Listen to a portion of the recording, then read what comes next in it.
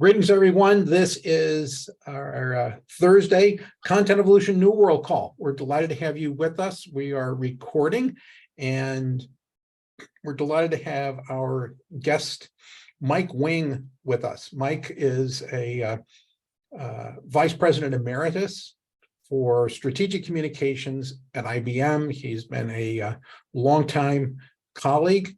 I will say, Mike, that I've gotten to know you a lot better post IBM than I worked with you actually at IBM, but that's the way things go. I'm going to give full credit to Terry Yu for suggesting that we start collaborating. When I was in my corporate assignment working with and for her, so she had the good sense, right, to introduce us. And Mike has done a lot of different things. I said in the preview note, he is the father of Smarter Planet as a thematic. He is the person who introduced us to the W3 internal intranet communication system for employees. And he is also behind the architecture for JAMS, right, which you saw a Harvard Business Review link. So the IBM JAM technology in a variety of ways is part of his comment. So Mike, it's really great to have you with us. And I think you're going to share basically a little, view of how some of this stuff evolved, why it evolved, and sometimes why you pushed it into existence and sometimes just had to catalyze its existence. So tell us some stories. I'll jump into some questions, a little bit later in the call. And we've got Mike McGuire with us. Mike, thanks for Hi, everybody. Today. Mike, the floor is yours. Okey-doke. As Kevin said, and as the title that he gave this, it suggests, I want to make a case for interventions into organizations, not interventions as a substitute for management systems, but as a kind of necessary concomitant to them. And specifically, I'm going to talk about what Kevin referenced, the JAMs that we did at IBM. They were large-scale, open, democratic, time-limited, global online forums. You remember all that? Anyway, we launched them in order, frankly, for a very limited initial expectation. We wanted to get attention for our intranet, and they did accomplish that, with their openness and scale being important reasons for that. The original work, which we conducted in 2001, was covered by the New York Times, and one analyst described it as the business world's Woodstock of collaboration experiments. That said, the JAMs weren't collaboration systems like Slack or Box or Miro, or for that matter, WebEx or Zoom or Microsoft Teams.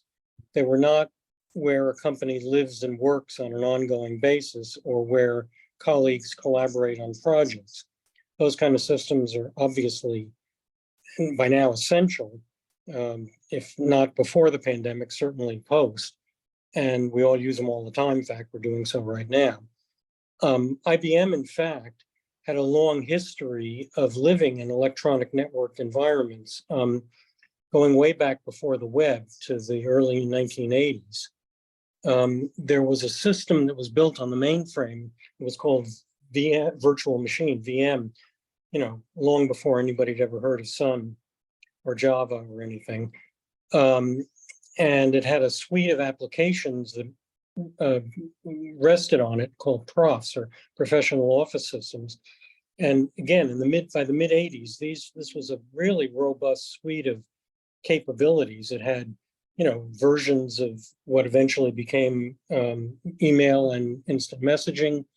It had news sources, taken from all the major news feeds and from scientific, from LexisNexis, from scientific publications, thousands of internal channels that were fed by different functions, locations, geographies within IBM, and had a whole area called the VM Fora that were basically news groups or use groups that grew up coterminously with them. And IBM scientists would collaborate on what they were working on, or sales teams or whatever, and they were uncensored, unmoderated.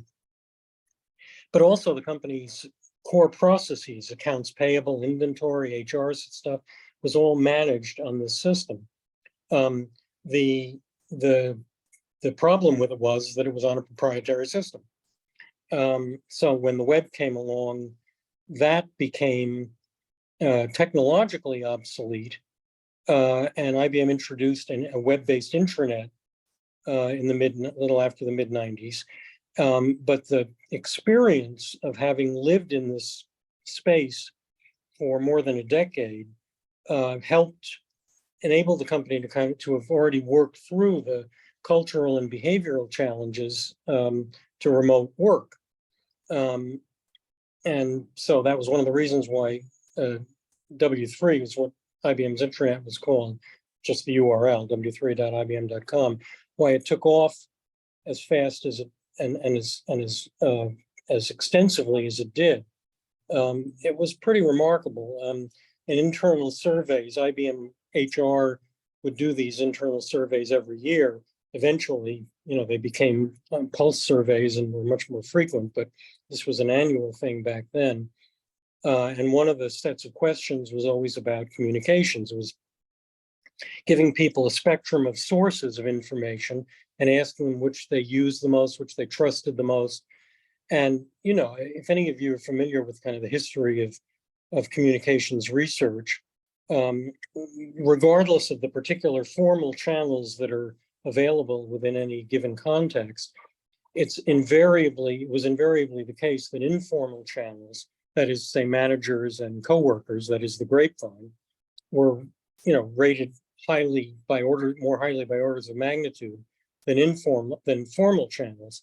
And what we started to notice in the late 90s with W3 was that it started climbing up this to the point where it got rated more highly on this survey than managers and coworkers combined.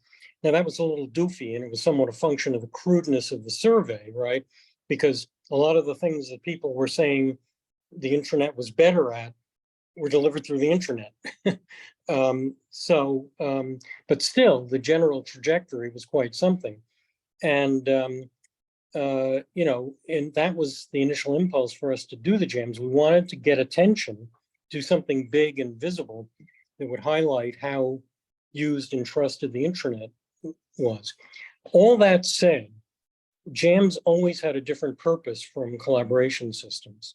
They were built not for collaborative work, but to intervene into the culture, to create an event. So what were they like? I mean, jams were deliberately time limited. We usually did them for 72 hours, sometimes 48, but anyway. And it wasn't because we expected people to, take speed and stay awake for that long. It was because IBM was a global company and we wanted to give employees everywhere in the world a chance to join in whenever their work schedules and lives permitted. At the same time, we also wanted to capture the immediacy and urgency of an event.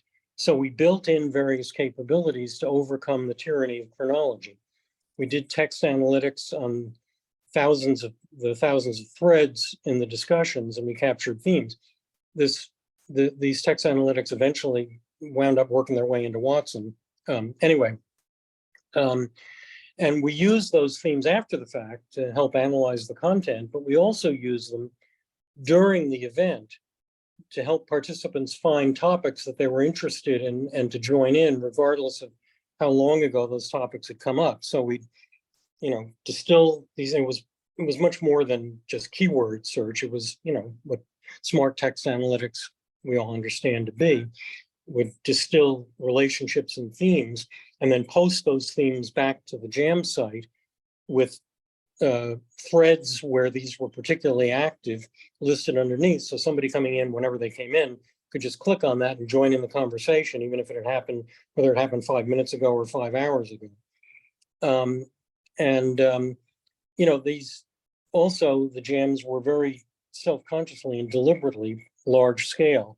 One analyst called the original World Jam a massively parallel conference. That scale made possible a kind of pattern recognition amidst unpredictability that you can't get from smaller formats. It's impossible for a dominant personality or an a priori idea of subject matter to control an event like this, and that was by design. Everybody's microphone had the same volume.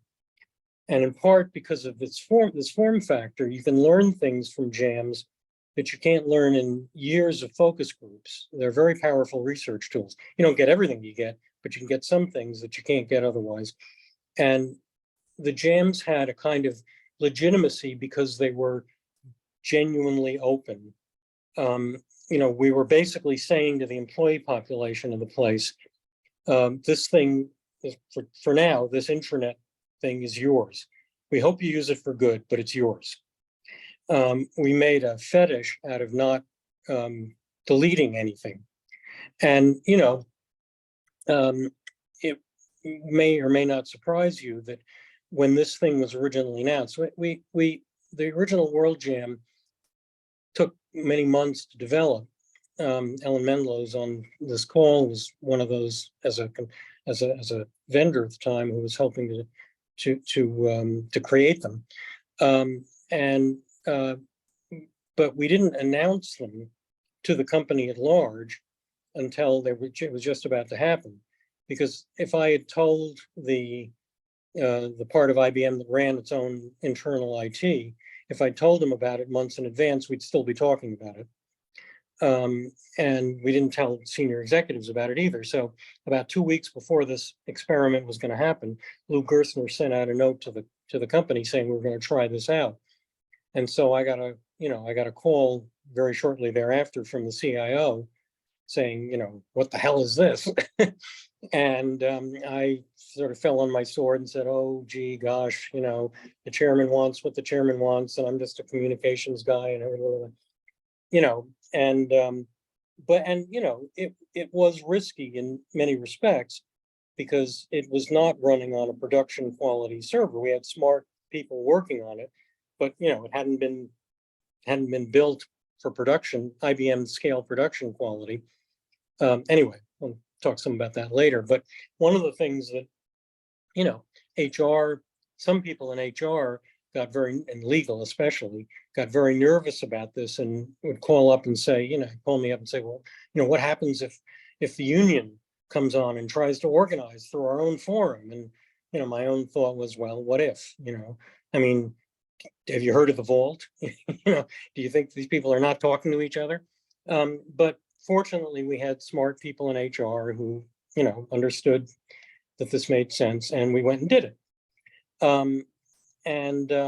They were very popular. We got hundreds of thousands of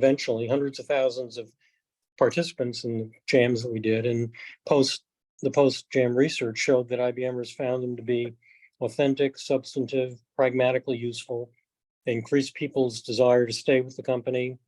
In later research that was conducted by a couple of sociologists, one at Rutgers and one at NYU, they were found to be very powerful engagements for exploring ideas and generating trust.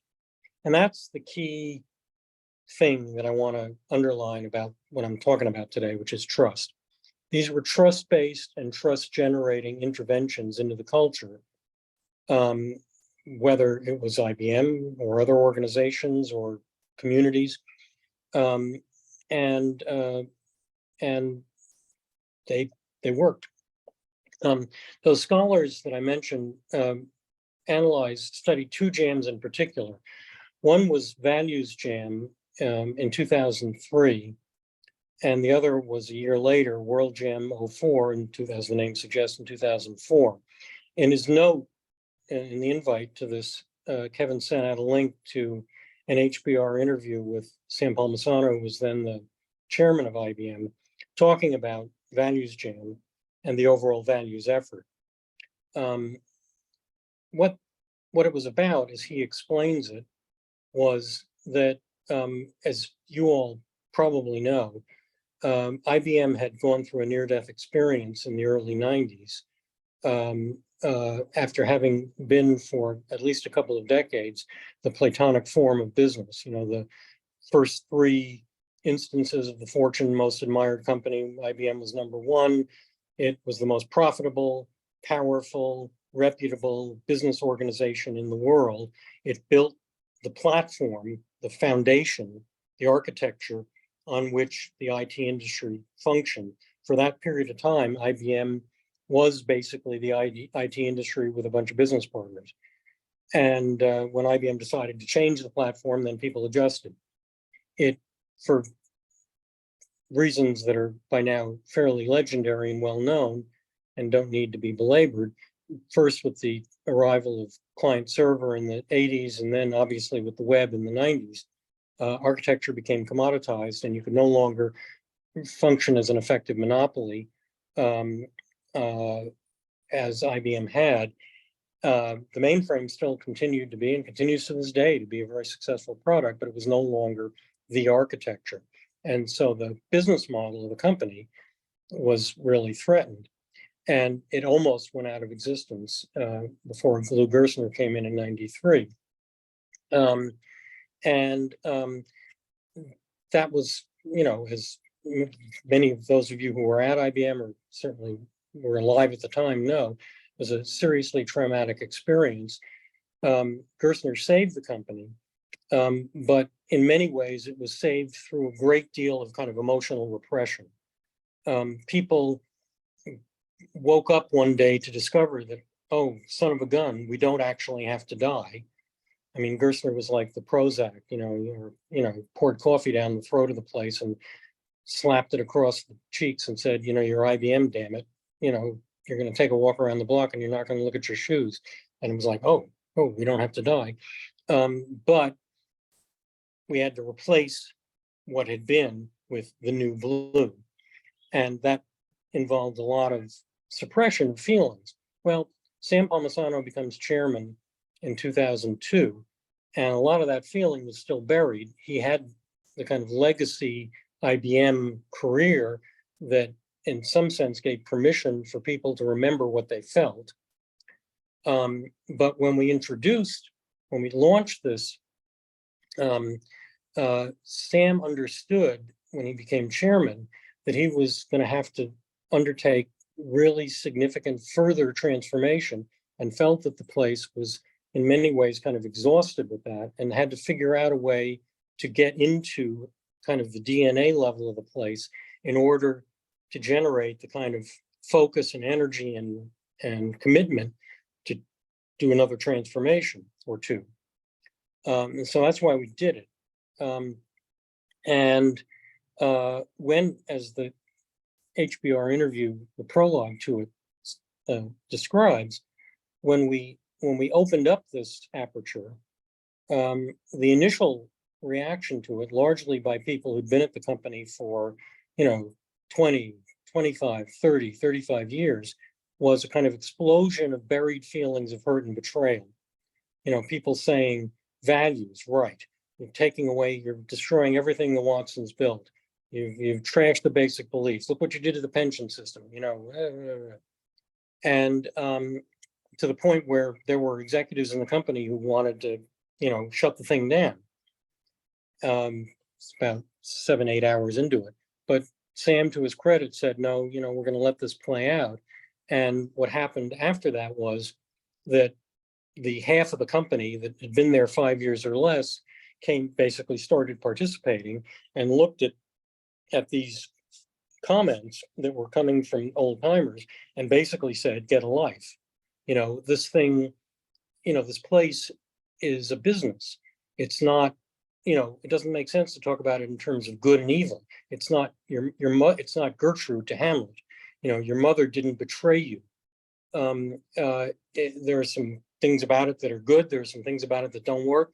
Let's just bring this thing back to, get rid of this emotional overdetermination.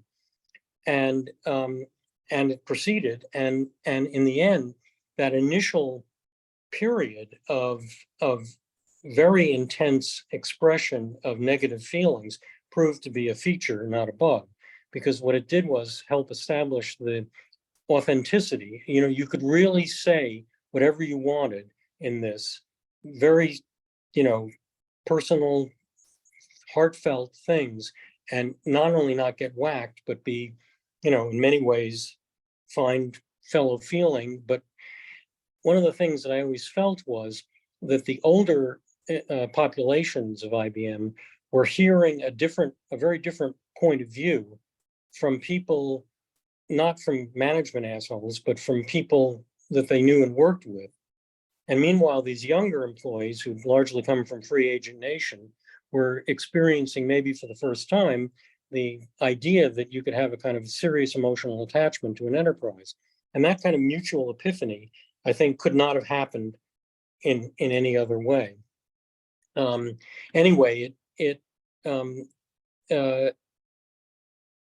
Values Jam wound up generating the publication of a little booklet called Our Values at Work, which I worked on with my boss, John Awada. And we published that later, that a little few months later. And it kind of, the publication of it on the internet kind of generated a derivative jam. There was, you know, thousands of comments sent to Sam directly, or published, you know, or posted on the intranet. And in many ways, they mapped the spectrum of perspective that had been in the jam itself, but the emotional valence had really flipped. In the jam, there's no question that the most intense feelings were the negative ones, and the more balanced or positive ones were like, you know, chill, but a lower decibel level.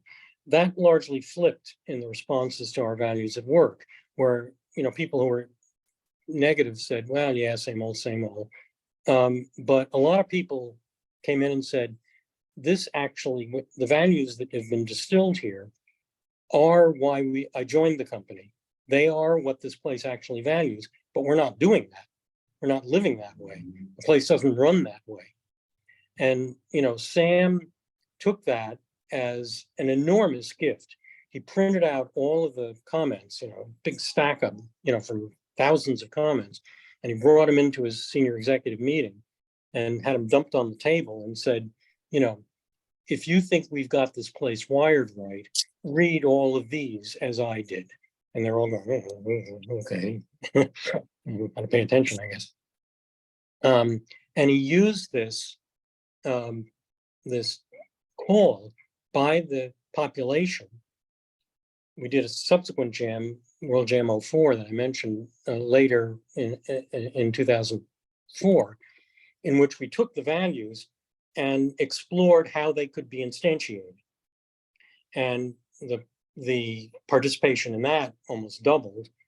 And it made a lot of stuff possible. I mean, a whole bunch of operational changes were put in place. Each one of the ideas that eventually got voted in by the student body was assigned an executive sponsor and a team and a budget, and were put into place.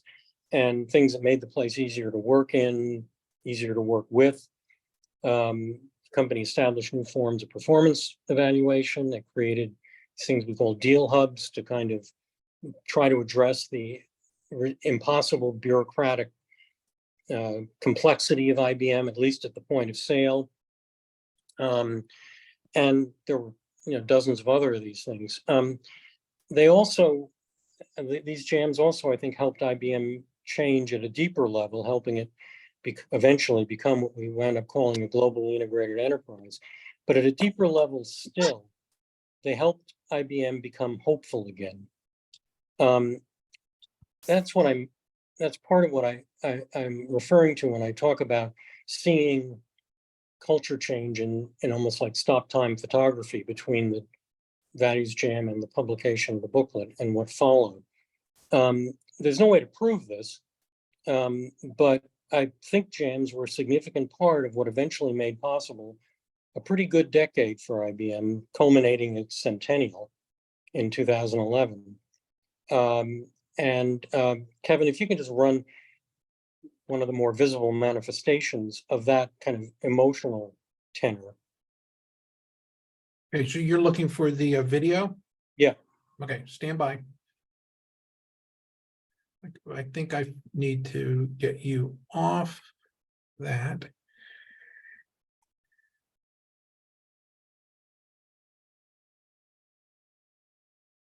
Smarter planet, smarter towns, smarter cities, Smarter government, smarter retail, smarter shipping, smarter airports, smarter food supplies, smarter grocery stores, trains, cars, smarter streets, smarter classroom, we need smarter people, really smart, smarter hospitals, smarter energy grid. Connect them all together, and what do you got?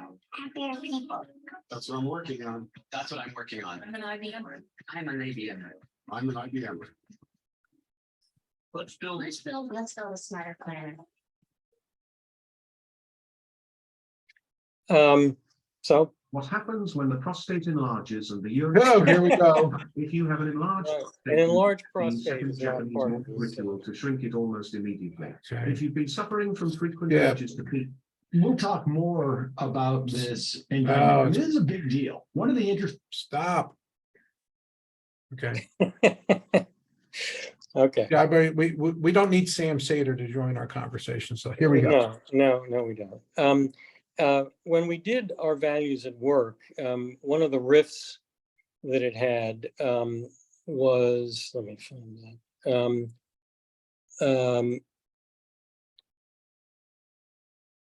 Wait a sec.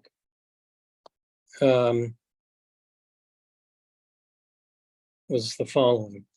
IBM has this is a kind of intro to it. IBM has reinvented itself many times, but through it all, our core, IBM's DNA, its soul, remained intact. That's because of something that was part of this company since its inception. IBM's most important invention wasn't a technology or a management system. Our revolutionary idea was to define and run a company by a set of strongly held beliefs, beliefs that would transcend economic cycles, geopolitical shifts, and generations of products, technologies, employees, and leaders. The result of that revolutionary idea was not just an enduring and successful company, but an entirely new kind of enterprise and a new kind of professional, the prototype for the modern corporate employee. IBM's most important invention was the IBMer. Anyway, that's what Values Jam and World Jam 04 helped make possible. I can't prove that it directly led to it, but I think it did. Starting in the mid-2000s, we held jams for external clients, as well as for IBM. Became part of kind of the way IBM periodically intervened into itself. One notable one was when we did for the UN Habitat World Urban Forum, called Habitat Jam, which shaped the agenda for their conference in Vancouver in 2006. In all these cases, there were very clear pragmatic benefits that came from the jams. Best practices that could then be adopted enterprise-wide, strengthen bonds among different parts of the organization or community. For instance, Jade Stratton, who just joined Content Evolution, was one of about 30,000 people from PricewaterhouseCoopers Consulting when IBM acquired them in 2003. It was a jam that basically introduced them to the large IBM consulting population. In later jams, we called innovation jams in the mid-2000s. They surfaced entirely new ideas, some of which wound up making their way into Smarter Planet. That kind of idea and opportunity discovery is what, in fact, what Kevin and I and Jay and Chandra are focused on with the Content Evolution Company Platform UX. Created a new tool we call Treasure Hunt, which is aimed at surfacing an organization's hidden treasures, as the name suggests, its skills and assets that it's developed for its own use that could be turned into new platforms, generating new revenue or other kinds of added value. The classic, familiar case of this is, Amazon builds these huge server farms in order to power its retail business, and then discovers, oh, son of a gun, we can do cloud, and AWS is born. Now, unless you're handed a burning platform, you probably need that kind of concrete, practical promise as a spur to taking the leap of opening yourself up to something like a jam, because these things were scary to lots of people. You know, I mentioned the union thing for the original World Jam. When I would go around giving talks about jams to conferences or sales gatherings or whatever, invariably somebody would come up to me afterwards and say, you know, we could never do that in my company. And it wasn't because they didn't have the infrastructure. It was because their management would never let them do that. So you usually need to promise some clear operational benefit in order to get a company to do a jam. And I expect the same will obtain with TreasureHub. But in the end, I think those practical outcomes are the MacGuffin. I don't know how many of you are familiar with Hitchcock's notion of a MacGuffin. It was the kind of pretext for, you know, the state secret that everybody was after, that propelled, you know, the plot of any of his movies. It never got explained. It was unimportant, uninteresting. It just needed to be posited. I think the real prize of a jam is a changed sense of self, built on a new or renewed experience of mutual trust. It's a kind of collective self-awareness and affiliation that these things are particularly good at getting. These kinds of interventions are particularly good at getting to the level of. Now, what are they intervening into? They're intervening into the organization's established management systems.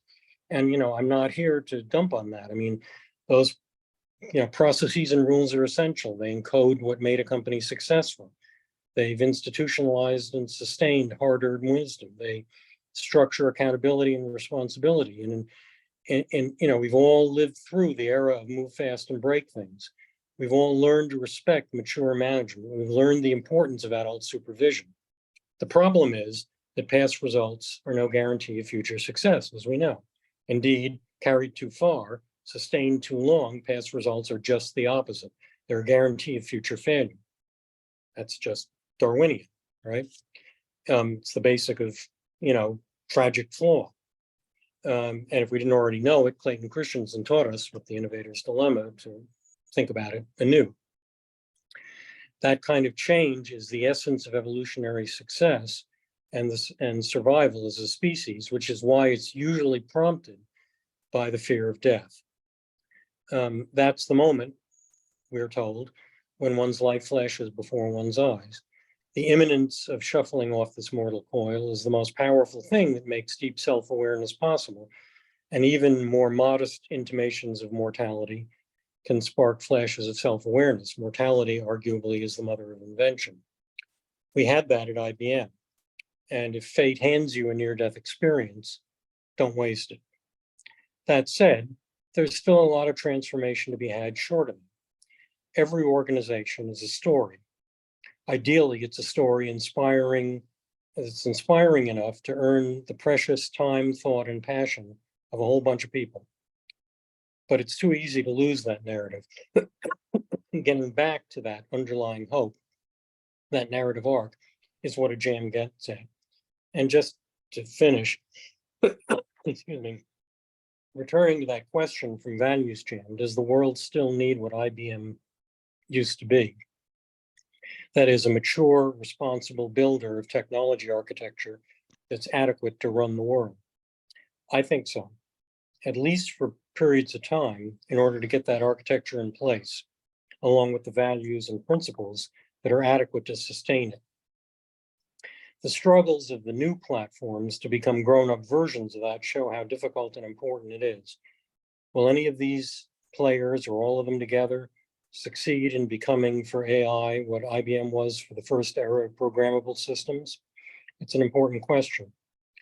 What's happening now with Meta, I would say, is an promising example of the possibility of transformation. The company that for quite a while was the poster child of platform irresponsibility, now embracing open. We'll see. We'll see what happens. Whatever emerges, the people who serve as the necessarily temporary stewards of a platform will want to be skilled at devising interventions that keep their organizations changing, more self-aware, more growing, grounded in hope and trust. And who knows, maybe IBM will return to being one of them. Anyway, that's my story and I'm sticking to it. I like it, Mike. Thank you for sharing that with us. I'm just going to, start at the end.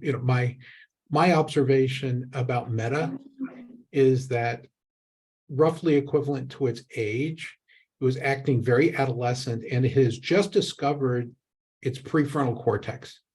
It's beginning to understand the consequences of its actions, and therefore, it is beginning to act accordingly. All right. Welcome to adulthood.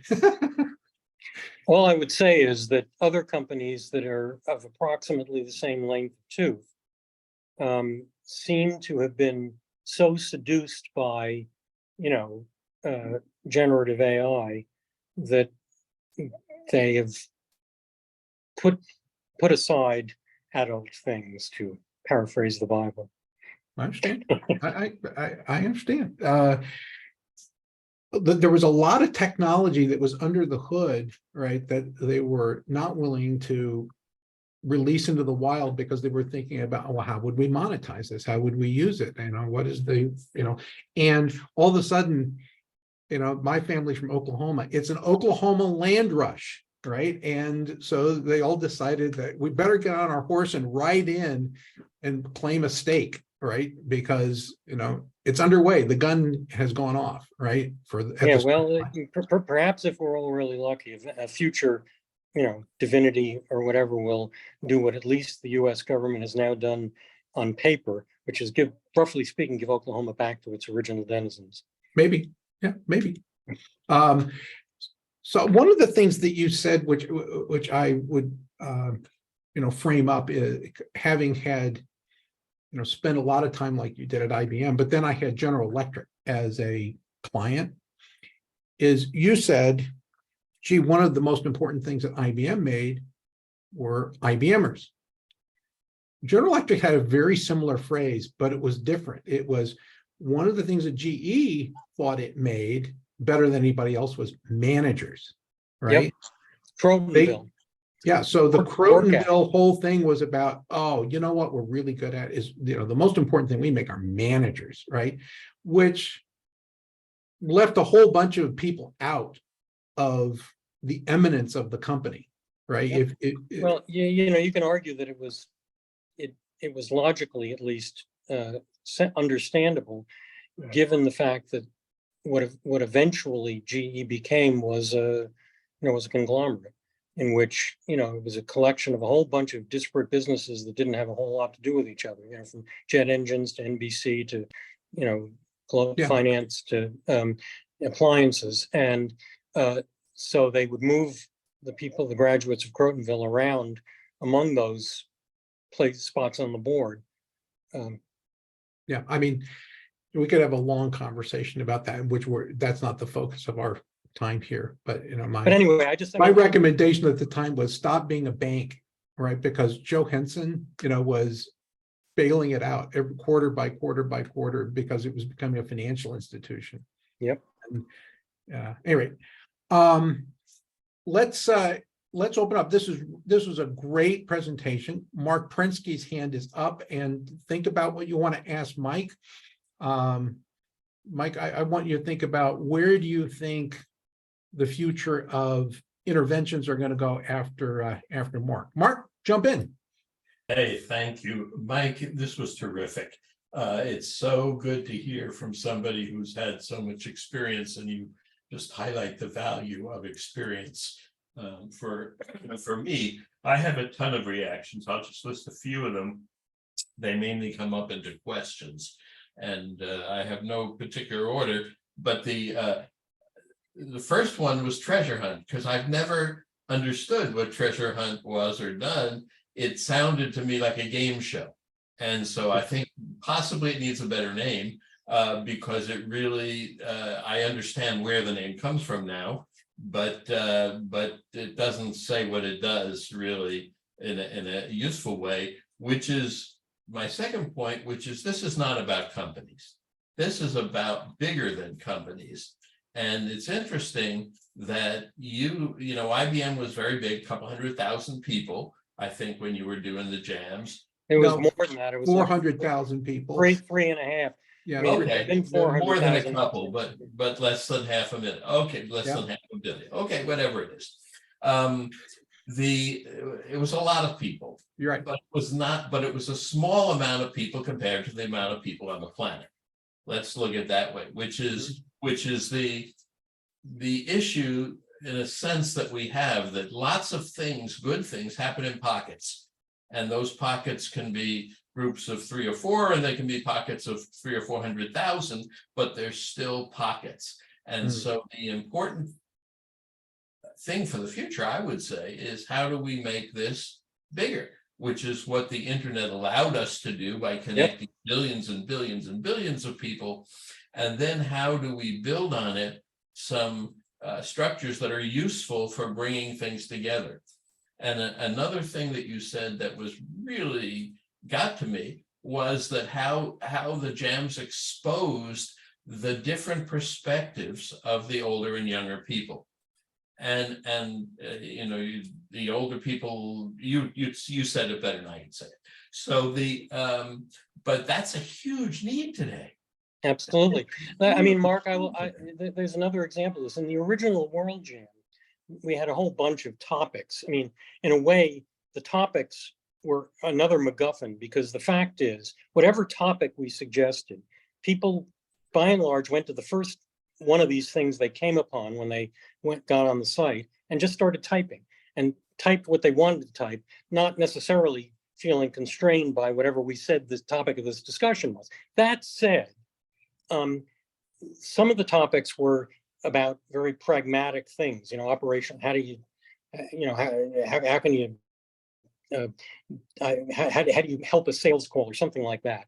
Or some of them were more theoretical, you know, and the other ones were much more personal. And when you looked at when you read the threads of discussion afterwards, they sorted into different kinds of things. The first one, you'd read a thread, read like the transcript of a project group, right? Somebody suggests something, somebody said, well, I've seen this work over here, you like build to a concrete thing to do. The next group read like a college philosophy seminar. People would publish, you know, 1,000-word things, streams into the jam, because they'd been thinking about this stuff for a long time and they had it on their minds. And the third group was like a tea group.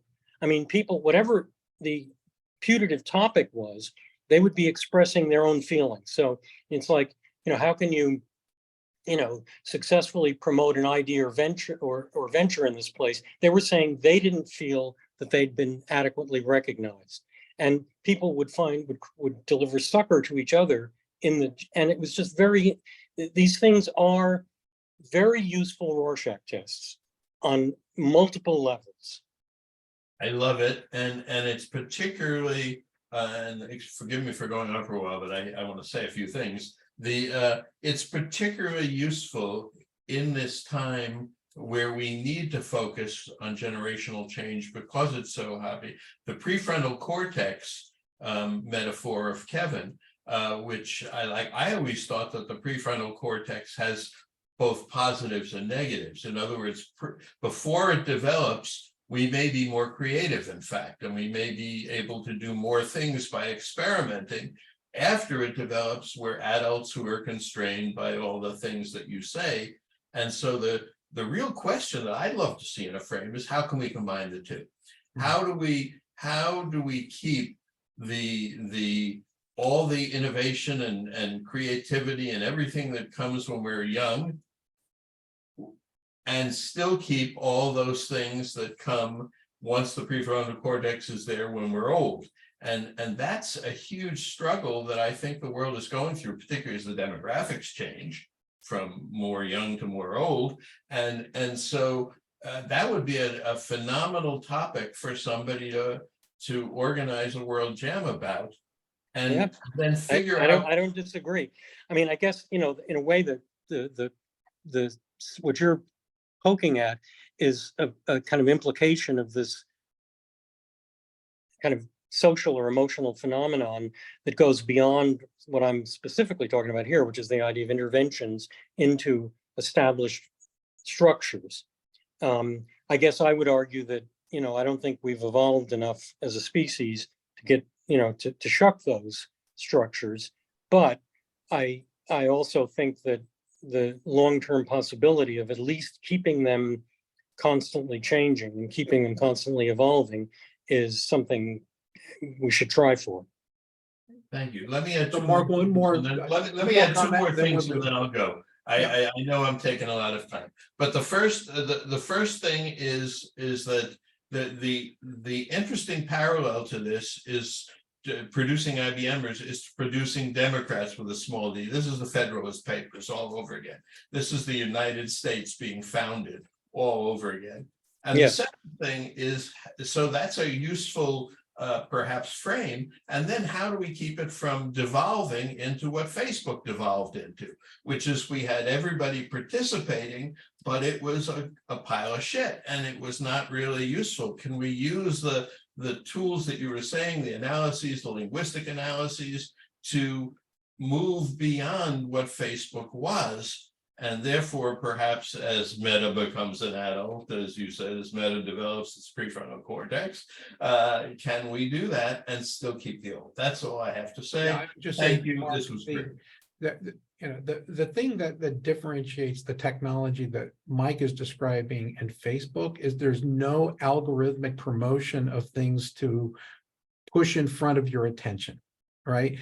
The people were self-selecting what they wanted to pay attention to, right? That's part of that, all right? So, Mike, Well, I have to say though, Yeah. it also is the case that these things had a purpose. One of the things that the younger, the people, they were self-regulating. We never, in the course we did, I don't know, dozens of jams at IBM. And there was one instance in which a post was ever taken down. It was in a later jam, and somebody in India started criticizing their manager by name. And so India HR called this attention to global HR and global HR. But we didn't, it's like, this was inappropriate. But by and large, people self-policed. If somebody, and there were people who said really crappy things, homophobic, and people would come in and say, cut that out, right? We're here because we're trying to make things better. This isn't a soapbox. This isn't just a fetch on steroids. It's like, what do you suggest to make it better? And so there was a kind of centripetal force of the thing around a purpose. So whereas that obviously doesn't exist in Facebook. There is no overarching purpose, except for them to get all the data they can. Yeah. So you mentioned that, and we've got Ellen Mendlow on the call with us. Ellen, are you with us? With you. Hi. So you were involved at the time with these jams, right? What would you add, right? And we're delighted that you're a member of Content Evolution now. Hello. So what would you add to the narrative that Mike shared with us today? What would I add? I'm not sure if I'm going to add anything, but I'm going to sort of pick up from something. Mike's talked about these MacGuffins, and he started talking about the structure. So the structure is both a MacGuffin and a useful frame, right? I think it's really important. Like, it's not these kind of open-ended, broad conversations, but has, as you said, a purpose. And I think that was really kind of super important. I learned something on this call, which I didn't realize was how late in the game people were alerted to our existence while we were doing all this work. Yeah, I think it was really well covered. I had some thoughts earlier in the conversation. I do apologize because they're not Well, you coming to can, me, but if they come back to you, let us know before we close out. before we close out. Well, I would yes. just say Ellen was kind of a lead on one of the firms that was helping us build the thing. On the and- developing of the actual. Yeah, and had a consequential impact on it. And I think the architecture of them wound up working, and it was pretty novel. Obviously this had elements of the well, or earlier AOL chat or whatever, but it also had elements of kind of project teams. And, we didn't, we did all kinds of, we threw all kinds of stuff at the wall. I mean, other members of Content Evolution were involved in audio branding that we use. We created, many, Those are some things. yeah, we I created. mean, I was many- doing it for ThinkPad, Mona Lens was doing it at corporate, right, with Yeah. Yeah, people. So And, yeah, we were and doing a that. lot of that stuff crapped out. I mean, we right. worked with people in IBM Research, some ethnographers and others who had developed, Wendy Kellogg and John Thomas and others who had developed these online tools for conversations that could show, participation, right? They had a tool called Babel, and that helped develop. We created a map for the original World Jam that was going to pulse depending on, where activity was really high. And it worked in all the the pre-work for it. And then the jam started and the thing froze. So for about 68 of the 72 hours, this thing was wallpaper. It's sexy Yeah. looking, but it was, it was non-functional. But so a whole bunch of stuff that we threw at the Yeah. wall didn't work, but some of it, You know, of it but did. I think, that's why the CIO called you. He said, right. what, have you done the complete, Oh, hardened? yeah. Well, I mean, test on those of it, you who man. know the old IBM Oh, know yeah. that the idea of, and I just figured, it's like, I mean, at this point in my life, I was like 50 years old. I figured, well, what the hell, maybe I'll get fired. I don't know. I don't know what's going to happen.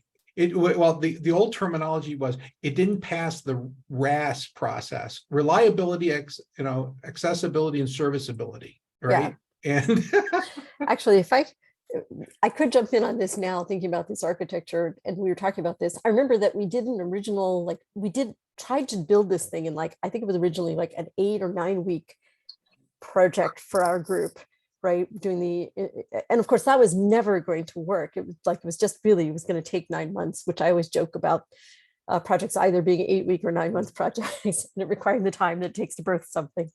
But I remember that there being some point where it was reviewed and it was just someone, it was I think John Iwata actually, who commented that this was like Disneyland without signposts, that it was so rich and there were so many things and we had to make sure. So we did do some work to kind of make sure that happened.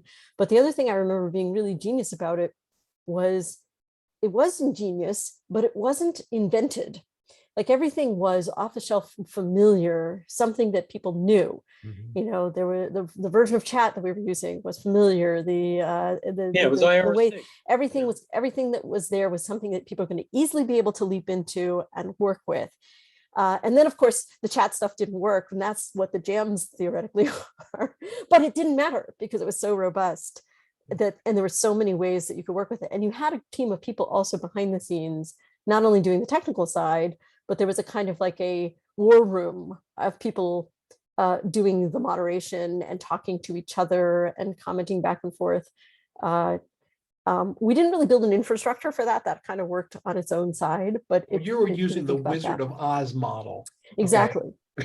Well, we eventually built an infrastructure for that, for later jams, along with the, I mean, for example, one of the things we always wanted to have was a kind of EKG for this thing, to increase the sense of its eventness, of its liveness, of its vitality. And but the problem with that is that too was kind of subject to the tyranny of chronology. It's like, if a really good idea came in at hour 70, it wouldn't get a hell of a lot of traction.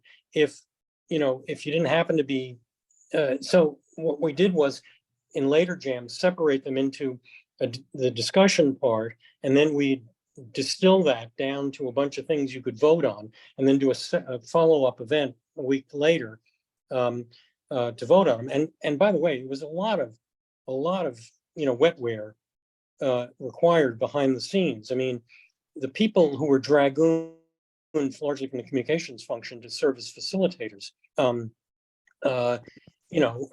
geared up and, drank a lot of coffee and stayed on, and it was very intense. It was really intense, right? And then it ended, and they thought, I can go back to bed.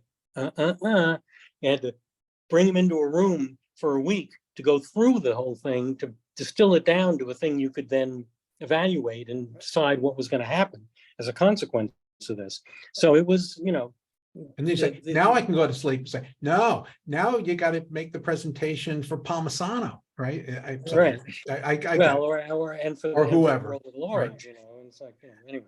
So I want to ask Mike McGuire, hey, Mike, thanks for co-hosting as usual.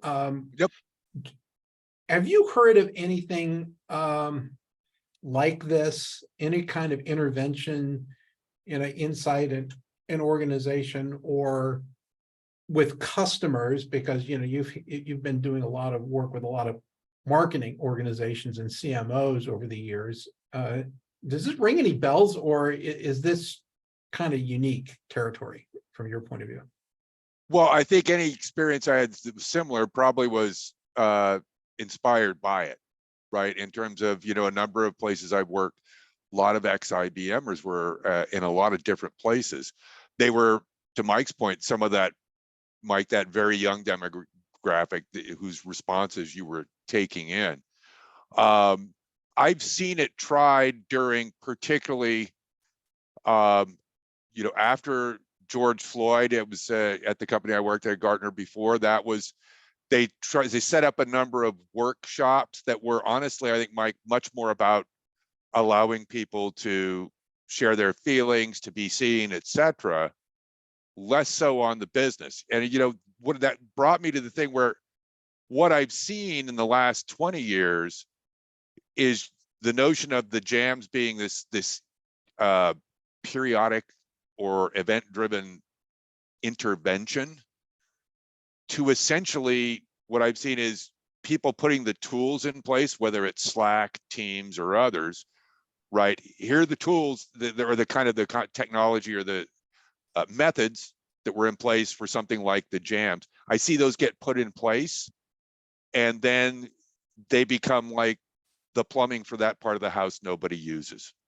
You know what I mean? That was a terrible metaphor. It's like, yeah, we've got these tools in place, but instead of actually being mindful about it, and ongoing kind of checking of, you know, the state of the our teams and our project teams, et cetera, and our employees, it's just like, well, just go to the tool over here and, you know, note your objection or your concern, and we'll move on. It becomes the, you know, as Kevin sometimes says, the, you know, the suggestion box. And that's what I've seen. I have not seen anything like the scale that you guys described with jams, which I think, sure, some of that's the fact that IBM's a unique company in terms of its size. I've seen it, maybe I've seen things tried that are department wide, never anything the scale of which that, and more importantly, who was invited, right? Or who was, you know, sometimes it's usually, you know, department heads have to get together because we're really in a bad patch. How do we turn this company around? Yep. And I'd never where it was open up to literally anybody who was a full-time employee.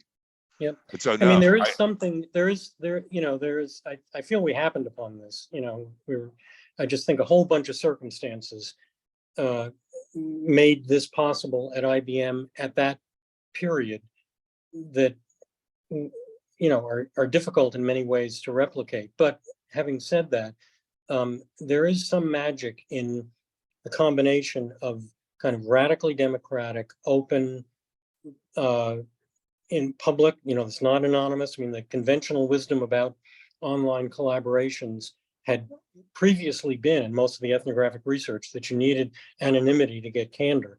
And these was not anonymous, and it was very candid. And, you know, people regarded it as legit, and it was.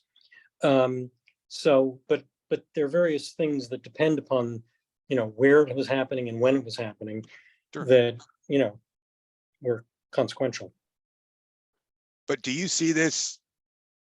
Again, maybe I'm you know, focusing too much on the word intervention, right? Is there's somewhere where that the intervention is driven by a set of circumstances or events at a point that kind of come to a head at a point in time? Yes. Should that always be its role, or do you try to make that permanent? You know what I mean? I guess I would say that, you know, that the most powerful, the most important of the jams was Values Jam, and because of its emotional valence, you know, and so I think it was an inflection point in IBM history. That said, it's easy to become, you know, overly enamored of that one model. These things can have a lot of very closer to the ground, practical outcomes. I mean, the Habitat Jam was not, you know, was not a moment of psychic turmoil. It was, you know, engaging. In that case, you know, there were internet cafes set up in Nairobi and Caracas and Manila and all over the world, and slums all over the world, where people who'd never even seen a computer could come and talk to somebody and be able to enter the jam and stuff. But what it wound up doing was producing an agenda, you know, that wound up being the agenda for the World Urban Forum in 2006 for that conference. So it can do very concrete things that aren't that threatening, aren't that risky, aren't that maybe culturally consequential. They're still interventions. Yeah. Yeah. And I might add that, you know, as you've reinforced, as we're, you know, working on, the treasure hunt offering via platform UX, is that you have to engage with the resource providers in an organization and get their attention and be able to say, what are you willing to listen to? Right. So that there's a thematic or there's a topic, right, that's being offered for that intervention moment. You know, it's not simply open-ended, right?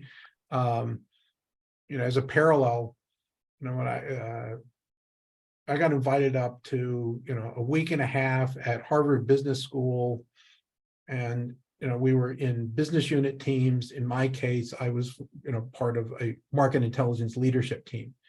And the pony in this was that once you did the work and you built presentations, Paul Masano was going to get on the helicopter, you know, and listen to all of our presentations, and the winning team was going to get their project funded, right? So we were all pretty motivated, you know, to want to succeed in those 10 days, right? And we burned the midnight oil, you know, to try to get our particular point of view across to the chairman. We have his attention. He's going to put money against it. Oh, good, you know. So, Mike, tell us where you think the future of these kinds of interventions are going. And thanks a lot for unpacking all of this for us.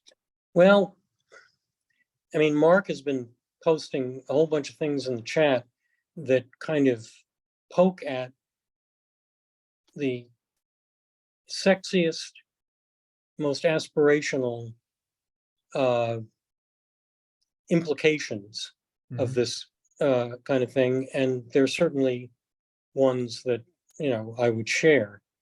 I would also say, you know, that, you know, as Kevin has heard me say at other times, probably all of you have at some point or other, since I seem to say things, that, you know, I've come to feel that the opening lines of A Tale of Two Cities are some kind of universal principle, you know, that you can always say it was the best of times, it was the worst of times. And in fact, if you continue to read the paragraph, it gets really rather, you know, spookily specific. But I would say that thinking about it as the best of times, this kind of operation, radically democratized, trusting, trust-based, and trust-generating form of human engagement could be very consequential, unleashed into the wild. I would also say, conversely, that, you know, we seem to be living in a time of you know, that's in many ways devolutionary. You know, rise of fascist movements around the world, and you know, one of the things I was trying to do with Sam's Center for Global Enterprise after I retired was sell an idea of the new enlightenment, of progressive globalization, And right now, it's a bear market for progressive globalization. Mhm. So I would say that, the world's institutions are both needed and in trouble. And hopefully interventions into them of various kinds could be, salutary. Beyond that, I mean, just as far as businesses go, I think it would do a world of good for, the candidates for the new platform architecture giants to do something like this and get a little more self-knowledge and a little more maturity, a little more self-awareness. Very good. Well, Mike, thanks a lot for being with us. Thanks everyone for joining our call today. We have next week an author joining us. The Empathy Advantage, and it's Chris Shipley. Chris Shipley was the person who used to run the demo conferences, and is a old colleague and friend from that era. We're delighted to have her. Her co-author, Heather McGowan, is a very thoughtful person. So good book, good topic, and we're looking forward to having her with us. And we really appreciate, Mike, you sharing with us today. Take care. Thanks, Mike. Have a great day. So long, Cheers, guys. everyone.